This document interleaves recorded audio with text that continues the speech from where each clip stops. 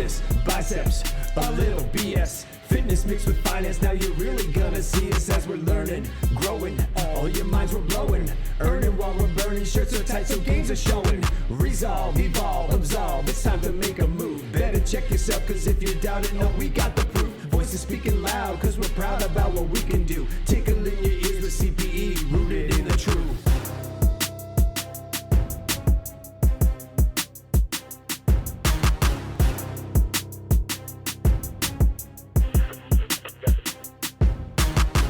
In the wildwood of accounting, we all know garbage data in means garbage data out. The same thing applies to your body. As a C-suite guy who obviously lifts, I want to be just as sharp in the boardroom as I am in the weight room. I don't have time for guesswork supplements or flashy nonsense, and that's why I use Redcon One. Clean ingredients, real formulas, stuff that actually works when you're training at 5 a.m. at the gym or burning midnight oil in your month-end grind. So whether you're an accounting bro, finance bro, or business leader in an NGO, if you want more energy, better recovery, and fewer excuses, this is your sign. Head to redcon1.com and use promo code BIZBUYSANDBS for 20% off. Don't just audit your numbers, audit your nutrition by leaning into America's favorite supplements at Redcon One. Yeah. So Jennifer Wilkins of Extra Special People, ESP.org, the Savannah campus, Savannah chapter, Savannah cohort, whatever you guys are calling it. I'm just super excited that you're here. We're gonna have a lot of fun today because obviously you're a fantastic person. You have a fantastic organization, and I think we mix. It's we vibe, right? So For sure. So tell me just a little bit about yourself. Then I want to tell you a story that I think is going to be the reason why I like special needs community is really near and dear to my heart. And then how it kind of plays out, 30, 40, well, what am I, 49 now? Oh my gosh, 49. Yeah. It's like many years ago, how it formed me in how I've kind of carried that with me, and now I'm super excited that my family is involved in this. I'll call it a ministry. I'm not sure if you guys are a religious faith-based Not overtly, organization. but we'll get into that. We can get into that. So Jennifer, who is Jennifer Wilkins, and how awesome are you? I am so awesome. No, for real though. It's funny. The first question that you asked is, or that you brought up is ESP faith-based, and I think that I'll answer that about myself. I am faith-based, and so there's nothing that I do that is not just grounded in prayer and spiritually led. And so first and foremost, that's who I am. This podcast could go one of many, many ways. And you said that your students they take a little test. What did they learn? They might learn some things they were not expecting to learn today, but all life lessons. And so I have a crazy background, and I'll start at about 40. So when I was 40, we'll leave out all this. What? Wait, what? Okay. I was going not north of 29. Yeah. So 40, I had a come to Jesus moment and really realized that I had been running from the call on my life for a really long time. I was in restaurant management for years and years and years. And I just said to Jesus, like, wherever you want me to go, whatever you want me to do, I'll do it. You have to make it really clear and I'll serve you, because I've been trying to do things my way. It's not working. I'm done. I don't want to run from this anymore. And so through a series of events that were really, really cool, challenging, heartbreaking, and loving, God sat me down and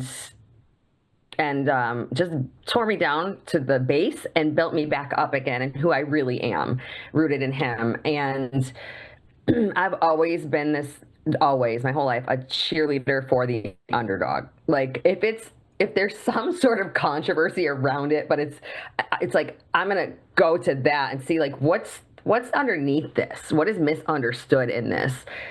And I'm just like a lover of sometimes people that aren't seen the same way. Like my heart sees things a little different, I think. And so, I started working with men and women coming out of homelessness, addiction, incarceration. And I was living in Indianapolis at the time. And and just went into the nonprofit world and just fell in love with it, fell in love with really the ministry of teaching people who they are and their value, their worth, just who God created them to be. And in this ministry that I was working in, it was this big organization working with these people doing transitional housing and programming. And my boss decided, let's start a breakfast burrito company as a second chance employer. Nice. For these folks. But he knew nothing about the restaurant industry. Did you know anything about burritos? What's that? Did you know anything about burritos? I didn't. He knew about burritos. I knew the restaurant industry. Because burritos are serious business. You got to make a really good burrito. All right? Oh my gosh. Well, the good thing is he did know about that, but he knew nothing about running, a food service organization stuff. Right. He didn't even bring me into it initially. And I was like, dude, you're being so prideful. Like, this is my background. Like, let me bring my expertise in. The day before grand opening, he runs into my office and is like, help. I have no idea what I'm doing. And it was a ghost kitchen. I know. I've been watching. I mean, I was like, this is a train wreck, but it was a ghost kitchen. That's a good thing, is that it wasn't this come in and sit down type thing. So I went down to where it was and kind of just took over. And that's where my two passions collided. My passion for hospitality, because I love to create environments and just that I love to create events and just moments and experiences that feel like something, but also caring for people so much. And those two things got to come together. And that breakfast burrito company started to just get all this attention and attraction in the city of Indianapolis, because of what we were doing, and the burritos were really friggin' good. And so we're getting all of this attention, and it was crazy. And at the same time, David, my husband, was working in gun violence reduction in Indianapolis. And it was a very controversial program that he was working in for the city. And so the two of us are getting like kind of all this attention, and we're newlyweds, and it was really, really cool. But we also just felt the Lord calling us somewhere else. And so, that's like one of those weird things where you're like, this should be it, right? It seems like we've sort of like hit it. But God was just like, we both heard him saying, this isn't it, So just started praying individually and together about where we were going to move and what was next. And we really both felt the Lord leading us to Savannah. And the crazy thing is, neither of us had been here. So there was no reason for it. But that's what happened. And I said, hey, babe, what do you think of Savannah? And he said, well, I don't know, but it keeps coming up. So let's explore it. So he and I have very different methods of operation. So he starts just connecting with everybody and anybody. Like, he's like, I'm going for whatever, he's on LinkedIn and making all these connections and sending out resumes and having Zoom meeting after Zoom meeting. And I'm just kind of chilling. And he's like, hey, babe, are you going to send out any resumes or make any connections or anything? And I was like, no, not yet. And he's like, wait. We're moving, like, we want to move across the country and you're not doing anything. And I was like, because I've done it my own way before and it never works out. That's not how the Lord works in my life. Like, what it's supposed to be is what it's going to be. And he's like, oh my gosh, So he finally connects with this organization, and he had also worked for Amazon in the past too. So there was an opportunity here in Amazon. But he had also connected with a faith-based nonprofit organization in mental health. And he really liked them. He clicked with them. So we had this opportunity to drive to Savannah from Indianapolis, quick weekend, just to kind of check out the lay of the land, for him to meet these people and to see if this was something we were going to move forward with. So on our drive, I'm just scrolling through my LinkedIn, and I see something on there from a post from the owner-operator of one of the Chick-fil-A's here, and I've never worked in fast food. I really wasn't looking to go back into the restaurant business, but I did know about Chick-fil-A. I knew, their values, and I thought, well, I might need to get a job. So this might tie me over for the time being. I wasn't ready to apply for it, but I thought, let me just reach out to him and, just connect. So I just sent him a message on LinkedIn, and he responded immediately and was like, can you meet tomorrow? And now we're on our drive to Savannah. And he says, can you meet tomorrow? And I was like, yeah, I think we'll be there. We should be there. So we set a 9 a.m. meeting. Step on it, honey. Yeah, exactly. We're not going to stay and linger wherever we sleep overnight. So I set a 9 a.m. meeting, and I met with that owner operator at 9 a.m. the next morning. And by noon, I loved The Godfathers and all those movies. I had an offer I couldn't refuse. It was like, Wait, hold on. Can you say it the way that he says it? I had an offer I could not refuse. David does it so much better than me. When we were in Sicily last year, oh my gosh, my goodness, his Godfather impression was hilarious. Anyway, so yeah, I was like, whoa, I wasn't expecting that. But he needed me back here in 2 weeks, and we were not planning on moving in 2 weeks.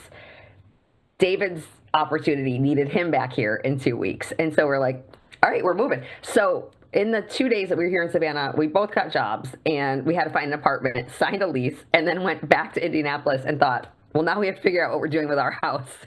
So we're like, all right, well, we'll figure it out. And the next morning, somebody calls David, a colleague of his, and said, hey, do you know of any houses for rent in your neighborhood or in any good neighborhoods? Because we're in a really bad neighborhood, and I got to get my daughter out of here. And David's like, what's your price range? And David's like, we're moving in 2 weeks.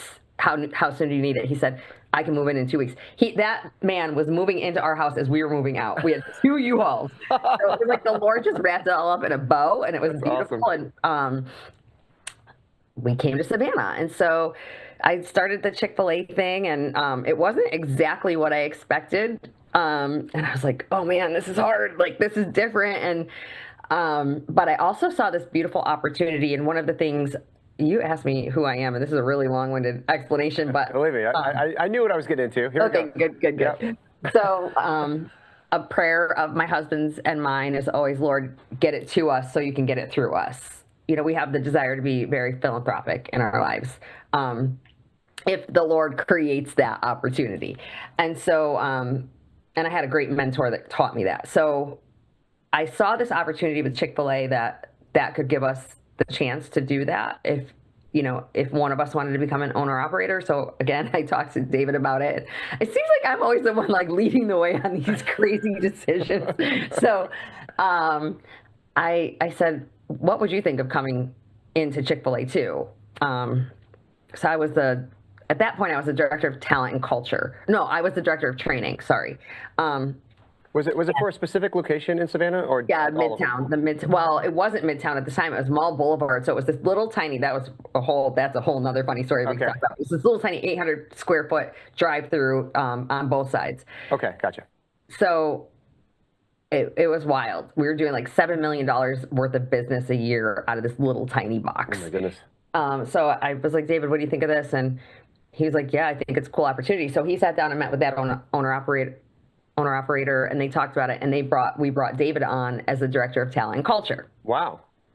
So now we're back in business together, David and I. And so we did that for about 4 years, a little less than 4 years total, but we kept going back and forth which one of us was going to put in our application to be the owner operator, and because only one of you can, like we couldn't co-own it. And I really wanted it to be him because I knew deep down I eventually wanted to pull out and go back into nonprofit. Okay, that's fair. I wanted to be my own nonprofit. I have a whole thing in my head, but I knew I wanted to go back into nonprofit at some point. And so I just thought it was going to be a little further down the road. And then last year, a little bit right before the end of 2025, right before the end of 2024, sorry. Okay. I said to David, I feel like the Lord is calling me back into nonprofit sooner rather than later. And so we're on this like trajectory, we've got like a whole plan, and I'm kind of now blowing up the plan. And he was like, how the Lord leads you. You've got to be obedient. So pray about it and we'll figure it out. So that's exactly what I did. And on New Year's Eve, 2024, David was DJing because he does that on the side. And so I was home by myself, hanging out with my dog and Jesus, and just kind of talking about what's next, God. Wait, your dog's name is Jesus? No. Okay. No. Funny thing is, my dog's name is Oswald. He's named after my favorite theologian, Oswald Chambers. Oh, the Oswald that I'm thinking of is I think he's like a squid or an elephant. It's like purple or something. Yeah. Well, please continue. No. So, okay, you're hanging out with your dog and Jesus. And Jesus, yep. Talking about December 31st, 2024, and I said, God, what's next? I'm not happy. So what's next? And he said, just let go and stop trying to force square pegs into round holes. Just let it flow. I got you. Literally what he said. So I said, all right, cool. And the next day, New Year's Day, you know, just hung out. The next day, January 2nd, 2025, I wake up at my normal 3:40 a.m. wake up time. And there, What? because I had to be at work at 5:30. Oh, okay, gotcha. I was like, And listen, your normal I have 3:40. Yes. Are you a cop? No, I had to be A librarian? time to make the chicken. I had to make the chicken. I remember those. So, but I have to have time to spend with Jesus in the morning before I do anything, or I'm not, like, you don't want to be around me if I haven't. So, so 3:40 it was. I woke up and I had 2 messages in my LinkedIn inbox, and one was from the director of people, and one was from the CEO of ESP, and they were both explaining that they were getting ready to launch here in Savannah and wondering if I would be interested in having a conversation. They were looking for an executive director. I was like, I don't know, because I have no idea who you are. I've never even heard of ESP. However, I have heard of God, and I just talked to him 2 days ago about this. It's one of those stories like, well, I sent you a boat, I sent you a helicopter, I sent you, it's like, now you're at the pearly gates. Like, I sent you all the things you asked for. Like, anyway, please continue. Yes. So I said, David, like, look, check this out, you know? And he was like, whoa. I mean, like, that's how God works in my life, you know? And so when I let him, so David's like doing it again, you know, he's the researcher. So he's like doing a deep dive. It's breakfast time at Chick-fil-A, and I'm like running the show because he's sitting at a table researching who ESP is. And he's awesome. like, babe, you got to see this. You got to see this. Like, he's like, this place is awesome. And so finally I was able to take a break, and like, I couldn't watch anything without getting choked up. I couldn't, like, it was just like emotional, you know? And I was like, of course we'll have a conversation. Like, of course I'm open to having a conversation. So I had my first interview that night, all virtual, my second interview the next day, and my third interview the following day. So it was Thursday, Friday, Saturday. And that's me from 40 till 49. 49. And how I got to where I am today. Wow. Yeah. And that all happened within the past. So I thought that you had been, so the Savannah campus, a chapter, what do you guys call it? A chapter? Community, Savannah site. Well, the actual Excuse me. physical location is the site. ESP Savannah is the community. Yeah, I just assumed that it had been around for much longer. But so you started up in early 2025. They hired me, like officially hired me during launch week, which was January 16th, 2025. So we've only been a year and 4 months in. The organization, ESP, the organization has existed for this summer is 40 years. Yeah. So that I guess I kind of assumed that the Savannah one had been around for a little while. So you're a startup. Yeah. That's fascinating. So now, okay. Now I get it. Now I understand why you're so out there and bubbly and get everything. You got the founder's mentality. You're ready. You're growing something. I have to get this place on the map. That's awesome. So fascinating story. I think that certainly it's one of those things. I had a guy ask me on the way over. Usually I stack up phone calls as I'm driving from Savannah to Atlanta to come for the podcast, and just a lot of times it's students who just want to have, hey, can I borrow some time, just kind of ask you about your career and this, that, and the other. Well, I was talking to a young gentleman yesterday, and he was asking me, he's like, do you have any over the course of your career? Because he's a sophomore at University of Florida. He's actually in the same fraternity, which is kind of cool. And he's like, hey. I've looked at your LinkedIn.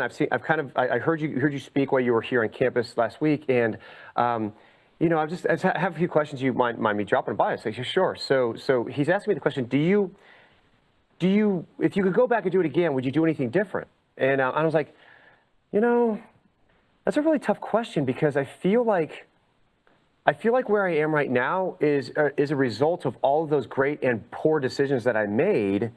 And it's easy for me to look back and, like, at the time, I feel like I'm jumping from this stone to this stone to this stone to this stone. And then when you look back, it's like those stones are straight the entire time.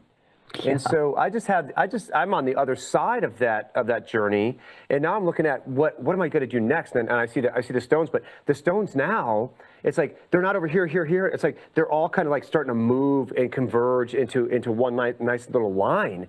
And I'm thinking, wait a second, is this is God taking these things and moving them like in real time? Yeah. And I'm looking at it going, oh my goodness, what do I do? Like doors are opening, these things, this type of stuff, right?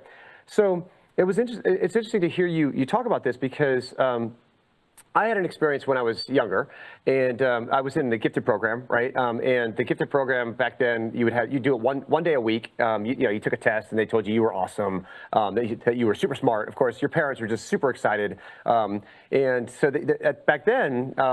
They used to have, especially when you get into the middle schools, they would have it was like 4 or 5. Like the classes were 1, 2, which was like the kids that school just wasn't their thing. And then you had 3, which was like average, and then you had the 4 or 5s, which was like the smart kids, whatever. But then you had the gifted, and you actually had gifted classes. So you were with like the kids that were above average intelligence. Okay, this is not a haughty or hubris thing. It's just how it laid out. When I was in 3rd grade, I took the test in 3rd grade and got into the gifted program. And what we would do is we'd be once a week. And it was great because we would go off into a different classroom and we'd do brain teasers. We do things like to kind of expand our mind. The gifted program was such a fun thing to be involved in. One of the things our teacher did, gosh, I wish I remembered her name. I could see her, I could see her like she's standing right in front of me, but I forgot her name. But one of the things that she had a heart for back in, this is in Melbourne, Satellite Beach area, right? Was she was in with the special needs community, and specifically there was a school called the South Pine Grove School, and I believe they're in the Melbourne proper, all right? And so it was like every 3rd Thursday, we would get on a bus and or van, whatever. There was only like, maybe 10 of us, 11 of us. We'd get in a van and we'd actually go to the South Pine Grove School. Now, it was a shock when I first got there because the way she described it is the way we would describe the social needs community today. I'm sorry, special needs community today, which is they're people. They need love just like anybody else. And of course, but I'm a 3rd grader, right? And and so from 3rd grade, 4th grade, 5th grade, whatever, as a kid, I grew up Catholic, so you were never allowed to turn around in the pew, right? Or you get smacked, right? And you're not allowed to look. Don't look at anything, right? And so here I am in this world that's completely different than mine. And we have children who are both mentally and physically handicapped. And I know that was the word at the time. I'm challenged, what have you. I'm not up in the lexicon. I apologize. But but all of a sudden I'm playing games on a playground with special needs children, and like some of them are older than me, right?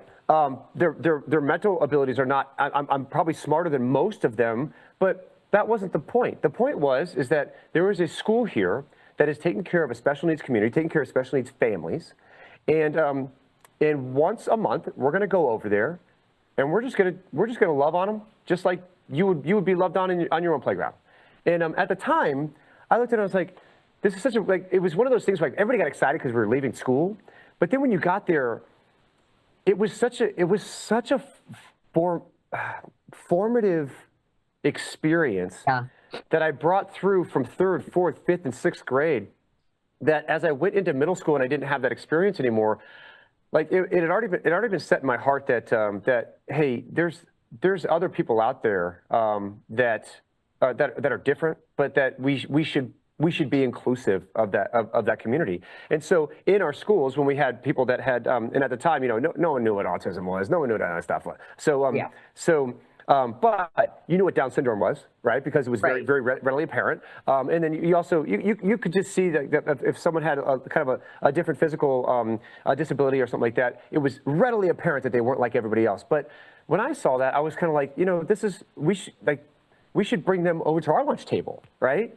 And back then, it was just kind of, and I say back then, it's like in the 80s, okay? So very different time. But it just was, it was just different. People just treated people differently back then, and even inside the faith communities, it was just different. And so nowadays, I fast forward, now what, 30 years, 35 years, 40 years, and we're in Rome, Georgia.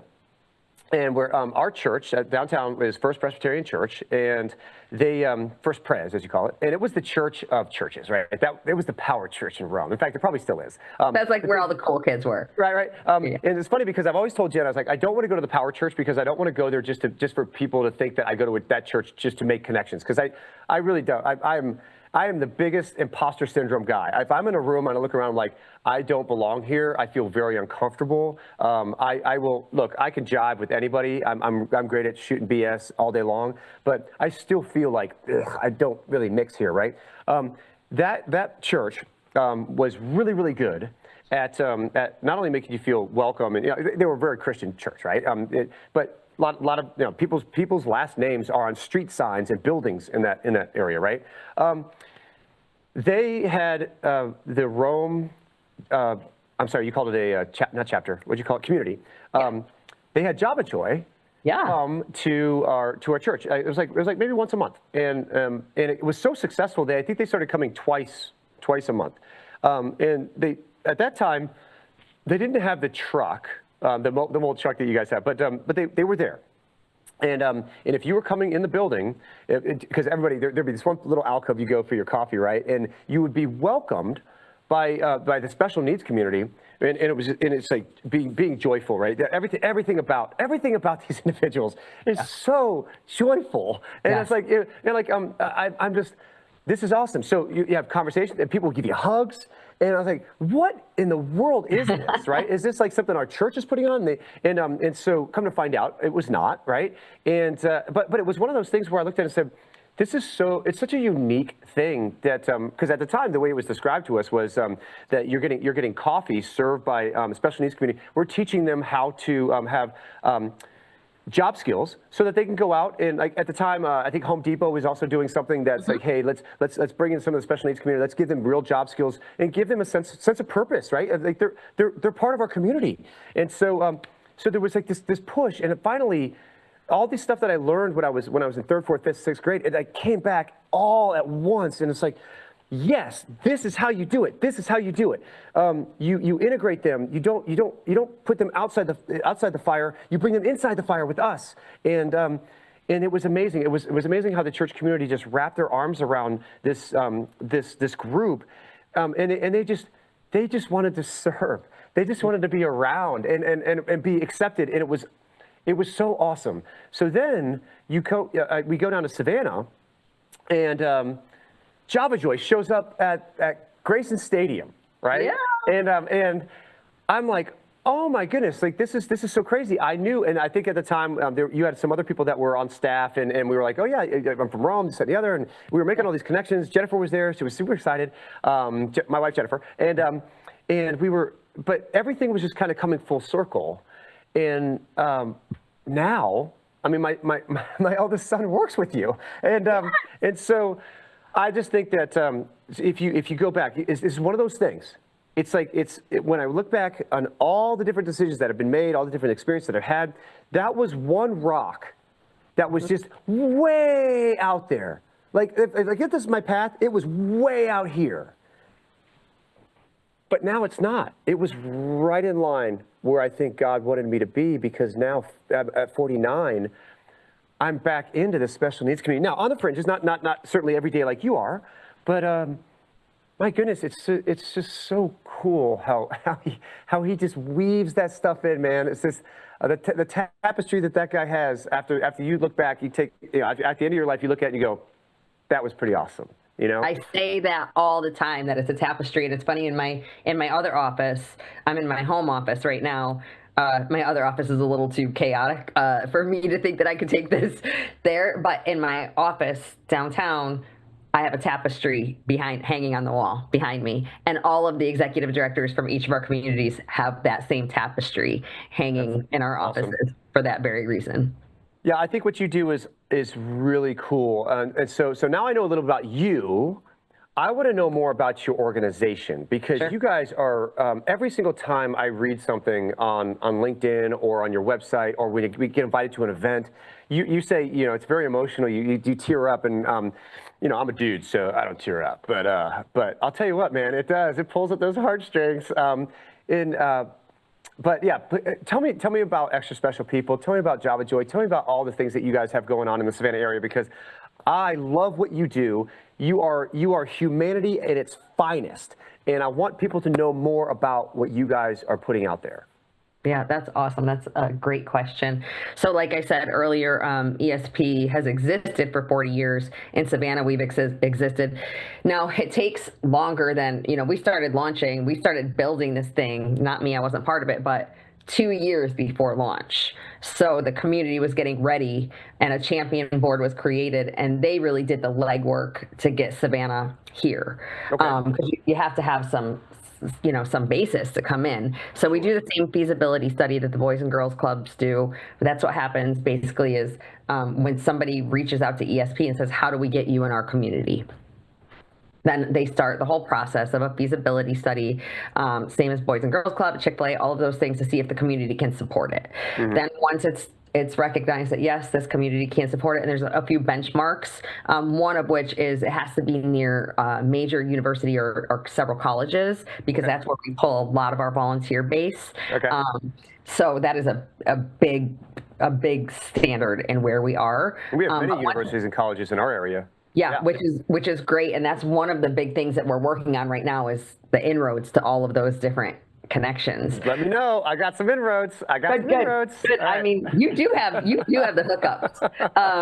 So we'll talk offline about all of that. Okay.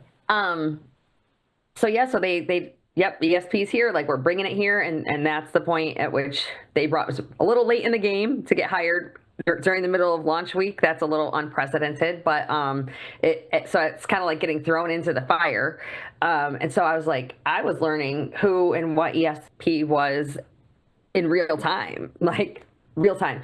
But the beautiful thing is so we have locations, started in Athens and then went to Rome, Atlanta, Savannah, and now we're in our first out of Georgia location in High Point, North Carolina. Awesome. What a beautiful part of the country too. Yeah, and growing. We're not stopping anytime soon. So I spent a lot of time last year in Athens. Any opportunities I had, I would go up there and kind of learn and train. And so the first thing I got to do was go up and see their talent show, the Athens talent show, which, again, it was. I cried through the whole thing. Tears of joy. Tears of, like... Such a wimp, Jennifer. I know. I am a big softie. I am a softie deep down. It doesn't always come through, but I am. But just seeing that very thing of seeing... So, to tell you who ESP is, I say the mission statement all the time. I have worked for organizations in the past where you know what the mission statement is and you repeat it because you're supposed to. I probably never knew a mission statement to be so true. And it's easy to say it because it's what we do, and it does describe us. So we exist to create transformative experiences for people with disabilities and support for their families, changing communities for the better. And so the exact thing that you've talked about, your experience with Java Joy, well, it's not just about bringing the special needs community and giving them the opportunity. It's about giving us, as the non-special needs community, the opportunity for what they offer us. Because when I watch my members or members from other communities and I see the joy that they have and the creativity and the way that their beautiful minds work so differently and so just out of the box, it just reminds me of how big God is and how we think that we know what beauty is. And then you look at all of this and you see, like, God created this person exactly how they are. There was no mistake in this person. And God says this person is perfect and beautiful. And so, like, I start to see their gifts and their talents and their abilities, and I start to think the way they think. Well, if this person who has all of these challenges can just laugh and smile and dance and be so uninhibited and not worry about what everybody around them is thinking about them. Why can't I do that? Yeah. As a person in a body that works and a mind that works the way that society says it should, why do I like put all these limitations on myself? So that's who ESP is. We exist to create these transformative experiences. So a lot of times, the bare minimum of accessibility is ADA. So that's to say everybody gets to come to this restaurant, but we don't all maybe make it through the same door. And then you have universal accessibility where we all come through the same door. And ESP's whole goal is to make the world universally acceptable. So we're all having the same opportunities and same experiences. And so we create these transformative experiences through club, camp, family dinners, special events, talent shows, St. Patty's Day parades, big voyage, yacht hops, all different sorts of things that we're doing to kind of push the norm and push the limits of how you see the special needs community and to create experiences. So one of the things that ESP is working on is we do here in Savannah, we do 2 weeks. Right now we're doing 2 weeks of day camp in the summertime. We did 2 weeks last week. We were definitely a year ahead. Nobody thought we were going to do camp because we launched in January and to get at the end of January and then to get a camp up and running but about 2 months in, for me, I saw there's no way we're not doing camp. Like these people need camp. Our families need camp. What do they do in the summertime when they're not in their school or whatever? Like you have to stay engaged. You have to keep moving. And so we did camp last summer. Nobody thought it was going to happen, and it was amazing. So we have 2 weeks of summer camp, day camp here again this upcoming summer, and then we do a week of overnight camp in Winder, Georgia, and that's at Camp Twin Lakes. It's a blast. I went last year, spent the week there, slept in the bottom bunk underneath Laura's daughter. No ticks. No. And I mean, had a overnight camp experience, and it's so crazy. It's so wild. It's so fun. It's what all of your boys who are not special needs probably experienced in all of their camp opportunities. It's boating, archery, rock climbing. I mean, you name it. We host a frat party that is off the chain. It's insane. It's no kids allowed. It's for our 18 and older. It's wild. The police rate it, and it is. Oh my gosh, it's insane. It is so wild. That's awesome. Insane. It's so wild. All these special needs kids running after the cops. They're like, the cops are coming. They have underwear on their head. Like, no. It is probably one of the wildest parties you've ever gone to. So one of the things, we will outgrow that camp. We rent that space at Camp Twin Lakes. With our now 5 communities, we're serving over 1,400 members. We will outgrow that space by 2030. So ESP owns property in Georgia, closer to Athens, and we're building out Camp Hooray there. So that's one of the big initiatives that we have going on right now is getting this camp built out. Groundbreaking happened this past year, and it's absolutely beautiful. And we'll do all sorts of stuff there when it's not being utilized for summer camp. It can be respite, it can be retreats, it can be weekends. There's lots of different opportunities that we have there. We need to make sure that gets in the show notes because that's when we were at your black tie function up in Athens, you were raising money specifically for the shovels in the ground. Let's get this thing moving. And you guys, man, ESP did well that night. And but to hear the stories from the special needs community themselves and how much it means to them, and some of the campers, some of the counselors. It was just it's such a moving experience to be inside that room and see just around you all these people who want to love back on these people who all they know is love. Yeah. And so our thing for camp is it's everybody gets to sleep on the top bunk. Like think about when you were a kid and you went to camp and you wanted to be on the top bunk, but now think about you're a kid in a wheelchair or a kid who uses braces. You probably will never have that opportunity to sleep in a top bunk. but we have the opportunity for everybody to sleep in the top bunk. I love that's universally accessible. Everybody sleeps in the top bunk. Oh, man, everybody gets it's so good. Yes. So, that's who we are. That's what we're doing. And so ESP stands for extra special people. It also stands for experience, support, and purpose. So the experiences, like I talked about, that's our family dinners, our a club night. When I talk about club, what that is I would say it's like a 2.5-hour version of camp. It's activities. Everything ESP does starts with a welcome wagon. If you have not experienced a welcome wagon, you need to get to one. It's pretty cool. It's pretty cool. Fun. It is fun. I mean, everybody's chanting and singing and dancing, and it's actually how I fell in love with your son, Jake, because Jake he's such a serious young man, and he's just very thoughtful. He lives in his head, and not in a bad way. That's who God created him, God created him, right? The minute welcome wagon. And I was thinking during training, before I saw Jake in action, I'm like, what's this kid going to be like with members? And like, I'm trying to picture how this is going to work. It's like this is exactly what I'm talking about when I say transformative experiences. The switch flips. Yeah, it's like, Jake turns on, and he is a dancing machine. He's usually got a cape on and a cowboy hat of some sort, or some costume, a hot dog, or like, you never know what you're going to see him in.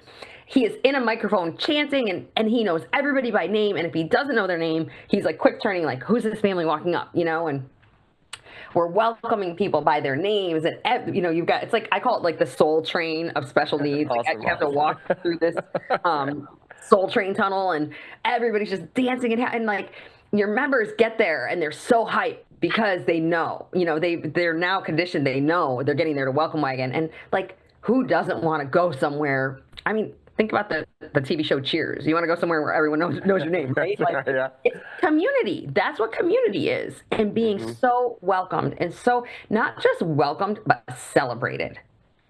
And so we do a welcome wagon for everything, family dinners and clubs. So back to club, I go off on these rabbit trails. Sorry. Club is like, you get there, it starts off on a welcome wagon. We get them in, we feed them, and then they just start doing activities. And it's always themed. So we have club tomorrow night. I think it's a superhero theme. Sometimes It's like a Disney theme, or it could be Fear Factor was last month or 2 months ago. We had You're eating bugs? Edible bugs.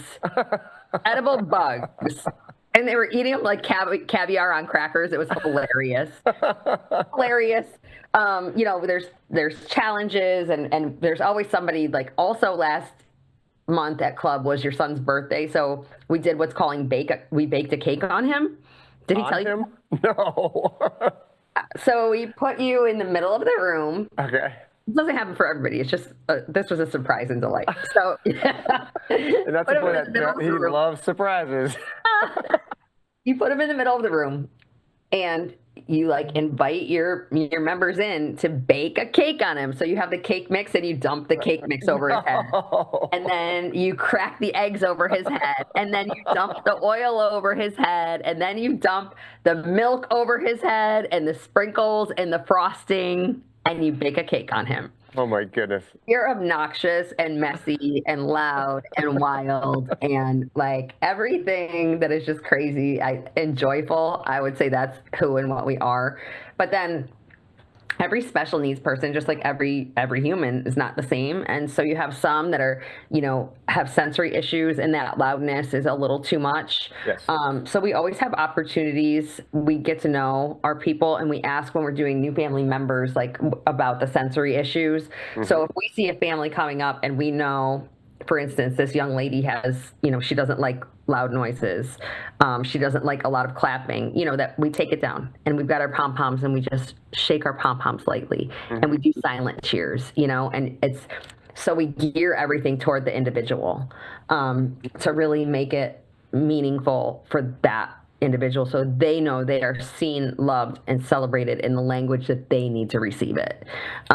We're not behavioral therapists, we're not trying to fix your person. We're not we're not. We're coming alongside their gifts, their abilities, and who they are, and bringing out the most in them. And that's part of the fun of my job too. Is that I don't have to like figure out what makes this person tick or how to quote unquote fix it or change it. I'm just going to come along in the moment and celebrate it, you know. And somehow I got to interject. This is really cool. So being attuned to the sensory side of it, when Jennifer and I have experience with that with our boys, and the sensory piece is something that is really from a parent's perspective. It's interesting because when you get I won't call it a diagnosis or anything like that, because sometimes the spectrum is so wide, right? It's like there's fringes, there's the middle. I mean,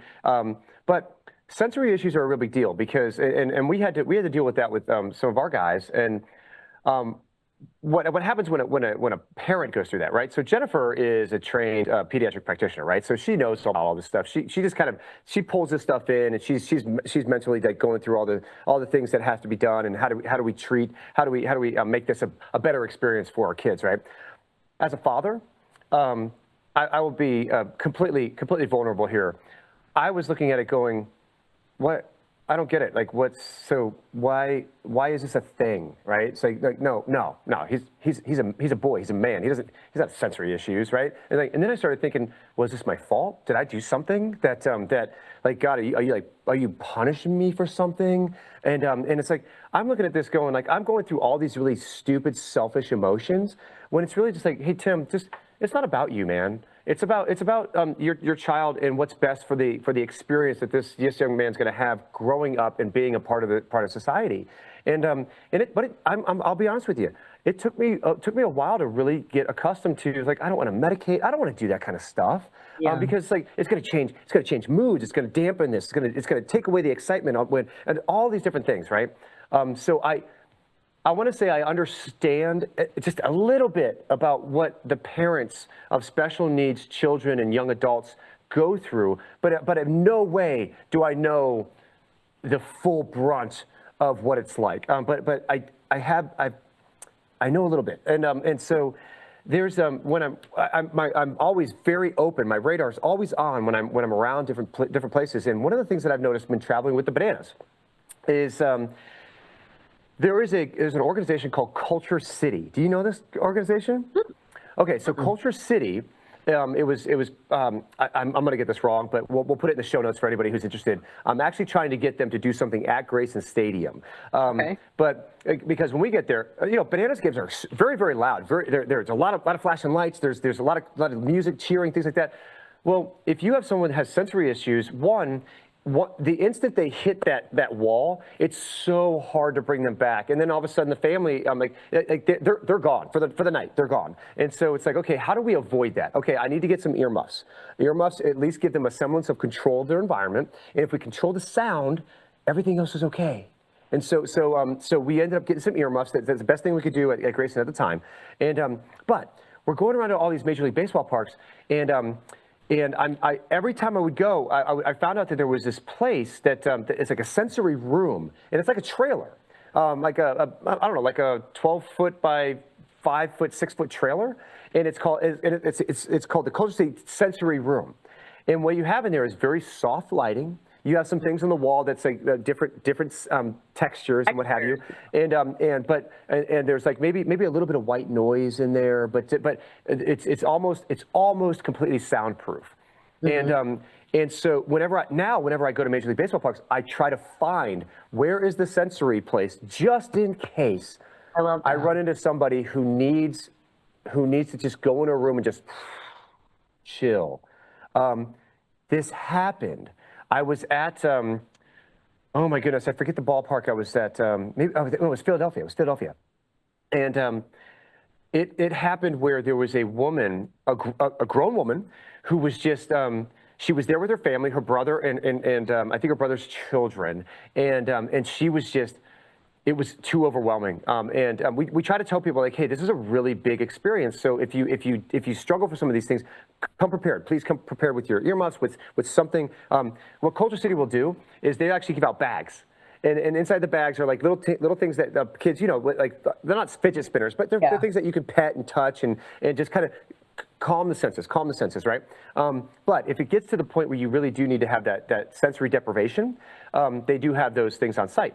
And so I saw this woman, and it was I immediately knew what was happening because I'd seen this in my boys growing up, and I was like, this woman has sensory overload. We need to get her to that sensory room. So I went and talked to her. I said, hey, ma'am, may I help you? She's like, and she was balled up. You know what I'm talking about. And so I was like, please trust me. I know where to take you. I said, are you here with your family? This, that, and the other. I said, yes. I said, let's get you down to this sensory room. I'm telling you, it's a safe place. It's inside the park.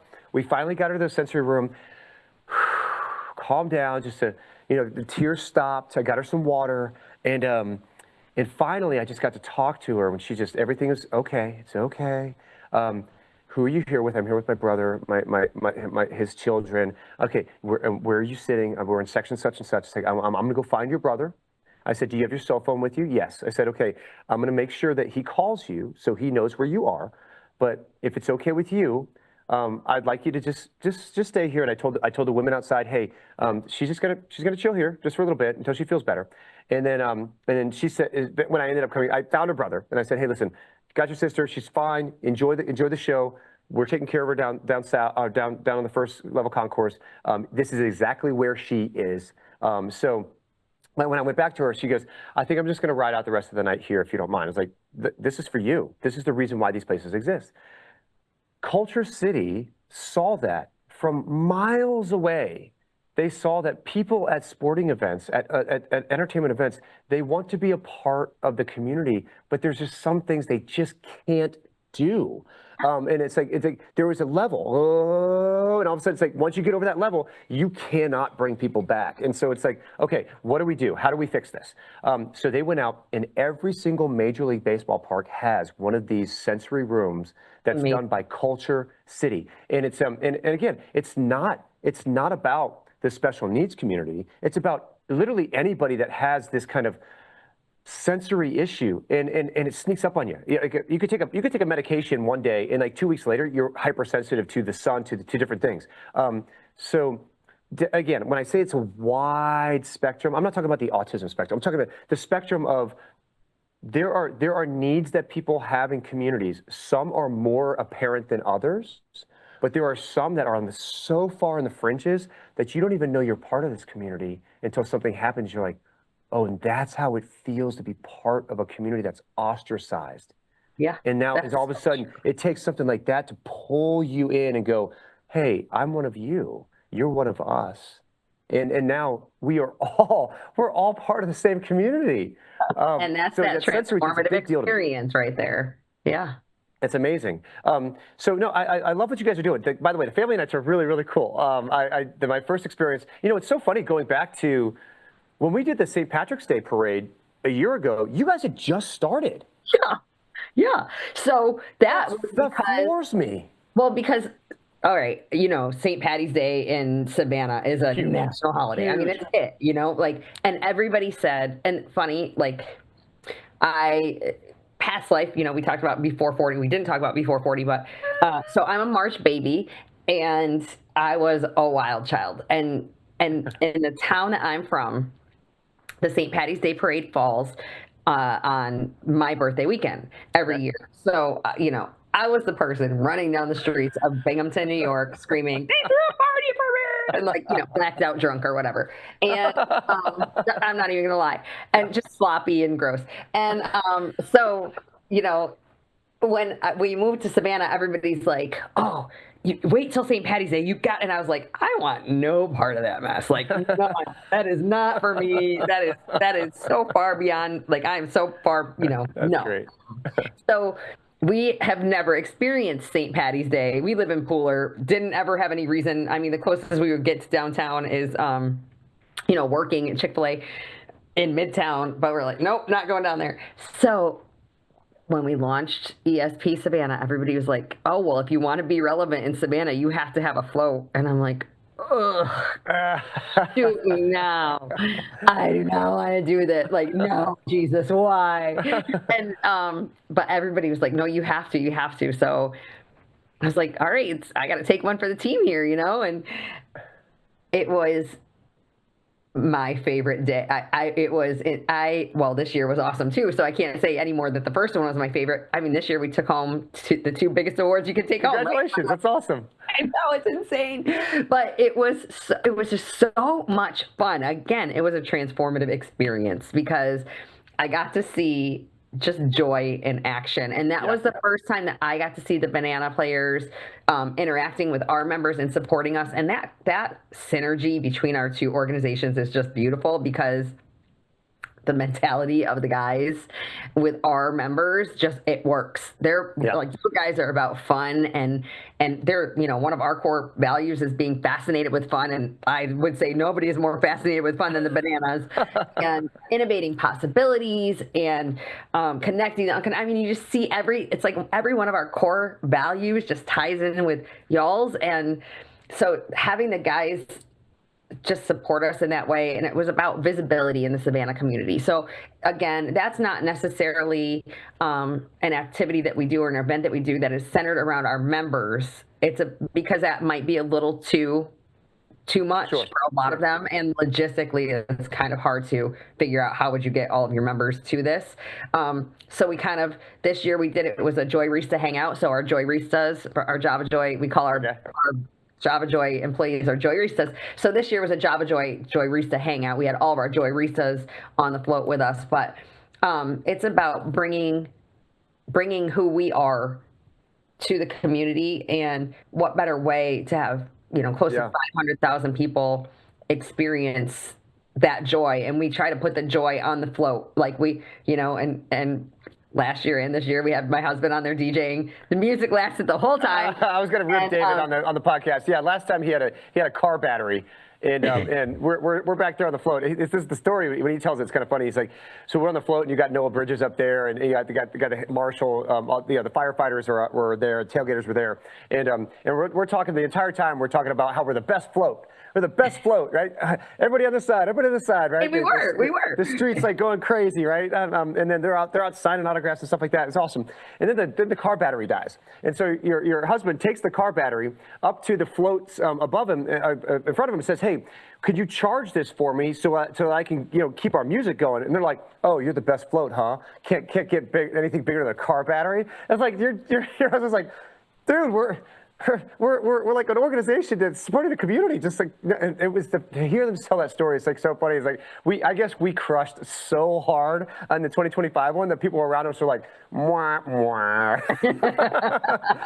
There are two things I definitely want to cover before we wrap up, because the good thing is I knew we were going to get 50 minutes, which is like, oh my gosh. But I want to know more about Java Joy and how people can get Java Joy to come to their business, because I know it's a money-making thing for you guys, but it's also a spiritual lifting experience. And then also, you have something huge coming up. And what's the date of this thing? April 25th.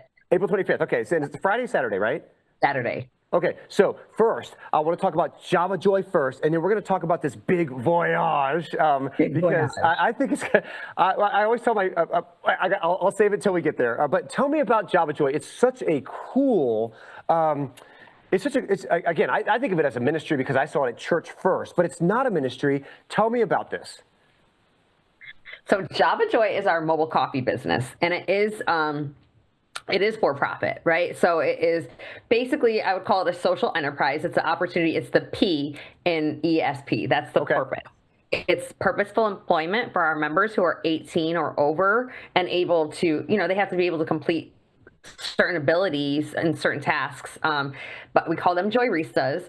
And we say that we come into your environment to disrupt your environment in the best type of way. So we serve you coffee and give out hugs. And so basically, you book us like a catering. And the hugs are there, man. You show up, you're like, coffee or hug? I was like, I guess I'll take a hug first. I'm going to take them both.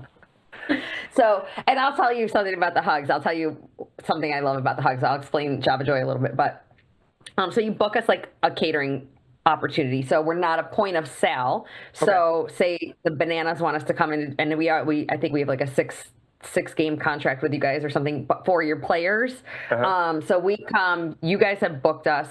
We talk on the front end about, you know, what your needs are, what you would like. We can do coffee, hot coffee, iced coffee. We do hot chocolate in the wintertime. We can do lemonade or like a blueberry lemonade, or, you know, something that you want us to do. Figure out how many cups you want, and how many Joyristas you would like. We start with 2, and then you can build up from there. How long the event's going to be, et cetera, et cetera. So we build out just like you would any other catering experience, and then we come in and we disrupt you. So we set up wherever you would like us to be set up. And you've got your Joyristas that are pouring your coffee and pouring your drinks and giving you that. And then you've got your hugger. So we've got typically, we have, you know, usually Prince is on the hugs. He has found his niche, and he is great at it. And it's the sweetest. He's just so sweet and so just gentle. And to watch him, he takes it so seriously. He's got his little hugometer or hugometer. So he counts his hugs, you know, and he always sets a goal at the beginning of an event, how many hugs he's going to give out. And it's sweet and it's beautiful. And again, it's all about transforming the community, because one of my most favorite things to watch is Prince is a 22-year-old African-American young man with disabilities. And but the brightest smile, right? And just the best spirit.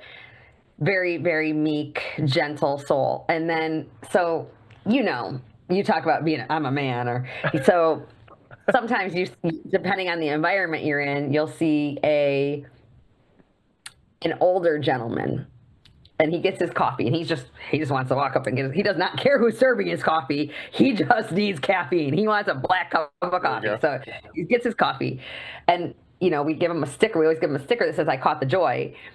And he might grudgingly take that. But then you've got Prince at the end saying, "Would you like a hug?" And I love watching these experiences because, I mean, one time I heard a guy say, like, "No, we're men. Men don't do that." And he walked away, and I was like, "Oh, you just missed out on the best part of your whole day." But that's not typical, and it's been this amazing thing to watch, like the look on the older gentleman's face of like, kind of like, I don't know what to do here, but okay, you know. And then just to see that embrace, and it's like you see this melt. Oh, yeah. You just like, and you just know that man walks away, and he probably didn't stop thinking about that all day long. You know, he needed that hug. And it's really cool. It's really, really sweet. You know, we usually have music playing, you know, with everything we do. We're kind of, you know, just, you know, we're there. And anybody can call you. Do they call ESP, or do they have to call Java Joy? Or they call you guys and book the Java Joy truck?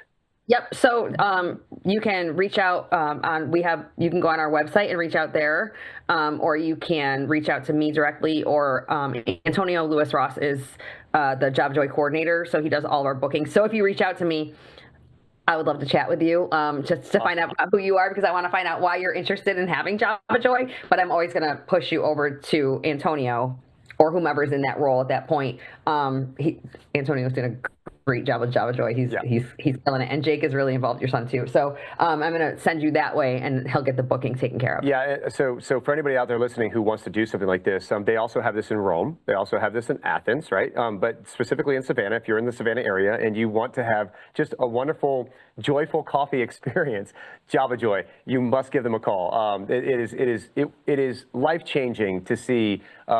It really is. It's a cup of joy. It really is. I one time asked my son, because he had been working for you guys for a little while, and he had done some stuff up in Rome. So when he transitioned down here and he found, oh my gosh, there's one down here. This is great. I'd like to be involved, because he went to school. He has a psychology undergrad, but he went to school really to do youth ministry and understands what it's like to kind of herd the cats, right? With lots of young boys, and, you know, video games, and just being into their world, and like speaking to them on their level and stuff like that. And so when he gets into this Java Joy mentality and to ESP, I was just asking him. I said, so I got to know, man. I say, what is it about this community. I can see this. I know exactly where he's sitting at the kitchen when I was asking this question. Because again, Jake, when he's with you guys, completely different guy than when he's at home. At home, he's very, very introverted. Maybe once in a while he'll throw a couple words like, "Hey, Dad," stuff like that. I have to go and give him hugs. I force him to hug me all the time. Yeah. But I told him, I said, so, what is it? What is it about this community that that just makes you want to do this? And he took a second. You know how Jake is. He took a second. He's staring down at his bowl of oatmeal or whatever he was eating that day, and he looks up and he goes, "It's unbridled joy." And I'm like, that is the perfect way to describe your members in your community. It is unbridled joy, in that no matter what interaction, no matter what heaviness you bring in to that environment, you will leave as if you've just been renewed, like almost like a baptism, dunking in the water and come back up, and everything's just, man. So kudos to you and your group, your team, everything that you guys are putting, your members, and everything they pour out to it, because the joy is absolutely there. Java Joy is a perfect name for what you guys are serving up. But we're not going to stop there, because on April 25th, you have something that's so awesome. And I have to tell you, every time I would tell my students, so like, hey, so I teach over at SCAD, and the conversation, I teach a strategic financial management course. And it's all about like, you have all this intellectual property at SCAD in your head. And I want you to be able to, you don't have to go work for somebody else. Make your own business, like be awesome. And what I tell them is that, hey, someday in the future, when you guys are millionaires and billionaires and you own a yacht, I said the pinky swear that we're doing right now is that I get to come party on your yacht. And so I would say, party on the yachty, party on the yachty, party on the yachty, right? And so that's kind of the fun thing I do with my students. Now we're having a party on the yachty. Yes, we are. We're having a party. It's for you guys. Tell me about the big voyage, because this is going to be so fun. This is exactly the type of charity event that I want to go to. Yeah. So ESP, all of our communities have what's called a signature event, and it's our largest fundraising event of the year. So every executive director at some point has been tasked with, what is your signature event going to be? And once you create that signature event, I think you're sort of married to it, like your community. That's your, you're going to grow on it. It's your signature. So no pressure there of what am I going to create? So I've been working on this for over a year now, actually. Like, it started as a brainchild of what is Savannah's signature event going to be? And, you go through all of the typical things you could do. You could do a golf tournament. Yeah. You could do pickleball. You could, and I was like, what is Savannah? Like, I think that we do everything a little different here. Even ESP Savannah is just a little different because we're coastal. We're the only coastal city. So the drinks are a little stronger. So we're like, what is this going to look like? And I thought about doing a fishing tournament. That just wasn't it. It wasn't it. And then I was like, a yacht hop. And I was like, I don't even know what a yacht hop is, but it like came into my head, right? And I know I heard that before. I just don't really know what it is.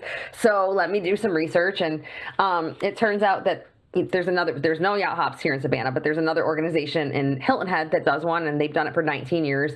So I was fortunate enough to get a meeting with the CEO of that organization about it. It was April. I just looked at my calendar. It was literally exactly a year ago today, I think, that I had a meeting with him, and he downloaded his brain and everything that they do to create this fundraising event, what the do's and the don'ts of it. And of course I said, to myself, well, we're going to do this and this and this, and we'll probably do this a little different or whatever. But because, far be it for me to do it exactly the way somebody else says to do it. And then I just started kind of thinking about it and plotting it out and planning, and then brought on 2 co-chairs. Really, really hard to kind of hand over your vision and your baby and say, okay, this is what's in my head, but now you take it and run with it, and have created a committee, and your wife is on that committee, and she's been over the silent auction portion of it. And so here we are, a week from the event, and it's like a year, like my stomach has butterflies. Literally everything I do today for the rest of the day and for the next week will just be like finalizing the touches on everything. But it's this really cool event. This year is exclusive. We only released 200 tickets for it. That was intentional. You know, we want to create an event that's like, not everybody gets to go. Again, this isn't Seriously, one of those. Those are rules of engagement. Yeah. So it's not, you know, there's some things are family events for our families. Some things are events that make sure that we can fund our organization to keep doing what we do for our families. And this is one of those events. So a lot of, it's been targeted towards a lot of, you know, high-end people who like really, it's a very elevated, exclusive experience. No, because Jennifer's already telling me what I need to wear. Yeah. Yeah. She's like, no, you're not wearing those. You're not wearing those cargo pants. I'm like, I'm on a boat. It's like, what if I need my cargo? So yes, we've already had that conversation. Yeah. So it's like a coastal. I'd say it's like an elevated coastal kind of bougie. I wanted it to be very sensory, like everywhere that it just surprises and delights everywhere. So lots of experiences along the way. So we'll have some live music in the parking lot. So from the minute you get there and you park, there's music. You get over to the event site, you get checked in, there's music. We've got live praline making going on. We've got a Prosecco cart. It's all very high end. You know, the spirits will be flowing all night long. Typical Savannah. And but we also have mocktails and non-alcoholic beverages as well. Some really heavy hors d'oeuvres, excellent. Just oysters, raw oysters. We'll have a program that tells you, and it won't be very long, but to let you know who we are. And we've got an impact story and a family telling what ESP means to them and how it's changed them to have ESP here in Savannah. And then you get to tour the yachts. That's awesome. Yeah. Do you have mermaids? You know, I wanted to do some fun things, like maybe next year. Maybe next year they'll let me start to bring in a little bit more of what goes on. I can come in. I can ride in on dolphins, like Aquaman. That'd be awesome. Look at you and my hey, listen, we can always look plus at the the two if you do experience. something real wild. Well, you wait till next year. You have the entire coconuts team that comes out there. That would be awesome. I mean, it's right in their purview. No, I'm super excited about this. I'm super excited about ESP. I'm super excited about Java Voy, the Grand Voyage, big voyage. So if I wanted to be a part of the silent auction, right? So maybe I wasn't fortunate enough to get tickets for this inaugural event. How would I go find the silent auction? How can I help you, even though I can't attend your event? Yeah. So the silent auction is open now. I know that this will air, I think, a couple days before, so the silent auction will still be going, and you can just link that One Cause site right into, if you don't mind, into this, and the bidding it's wild. So it's a high-end auction. It's based on experiences, travel, luxury, different luxury things. There's private chef experiences. There's some self-care, you know, Botox filler stuff. Wondering how broke I'm going to go bidding on different things. And my husband probably won't. I've seen the art, all the art's in my living room right now, and it's really, really good. Listen, there is one item on there that, like, I would love to fight someone for, but I don't think I personally have the means for how much value I think it should go for. It was created by our members. So your wife, Jen, put together this awesome experience for our members to work with an artist and create this gorgeous, and it's beautiful. Yeah. It's just a beautiful piece of art. And I feel like when I look at it, I feel like it's a glimpse into their minds and their worlds. And I love it so much. I told my husband, I'm like, I want this so bad, but I also want it to go for so much money because I don't think you can even place a price tag on it, you know? Well, now there could be an auction item where you could still fight somebody. Maybe that would be the auction item is watching.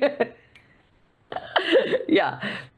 So Jennifer, first of all, I knew this conversation was going to go long, and it was long in a good way. I think that anybody who was able to get to the end of this is going to be a giant treat for them. I always tell people to watch this thing on 1.2 times speed, just because I think it kind of moves faster. But I think they might miss something if they go at 1.2. I am just super excited that you were able to come on the show, share with me just your passion, again, 40 and beyond, let me know a little glimpse of what Jennifer Wilkins is doing and what ESP is bringing to our Savannah area, because it will quickly become one of our treasures. And I'm just so happy that that you are the champion who's going to be that individual who's out there just making this happen. You obviously are the right person, the right personality to be in our area and espousing these wonderful members in this community. And I just wish you the best of luck. I'm excited about next Friday. I'm going to be there, and I'm going to be dressed appropriately, probably with the seersucker or something. Yep. Super excited. Is there any last words that you'd like to throw out just to kind of leave someone with some lasting joy? Yeah, I would say if you have not experienced us, like a great way to do so is to come out and volunteer, or come to a family dinner, even just as a participant. You don't have to be part of the community already. You don't have to be in our families. Come experience Java Joy. Come experience ESP and everything. We have tons of opportunities for volunteerism, and you will leave a different person. You will most certainly leave a different, better person. Well, couldn't say it better myself. Thank you, Jennifer Wilkins, Executive Director of ESP Savannah, and I'm super excited for where you guys are going. Thank you so much, Tim. I appreciate it. All right, we'll see you on the other side. All right, bye. Bye.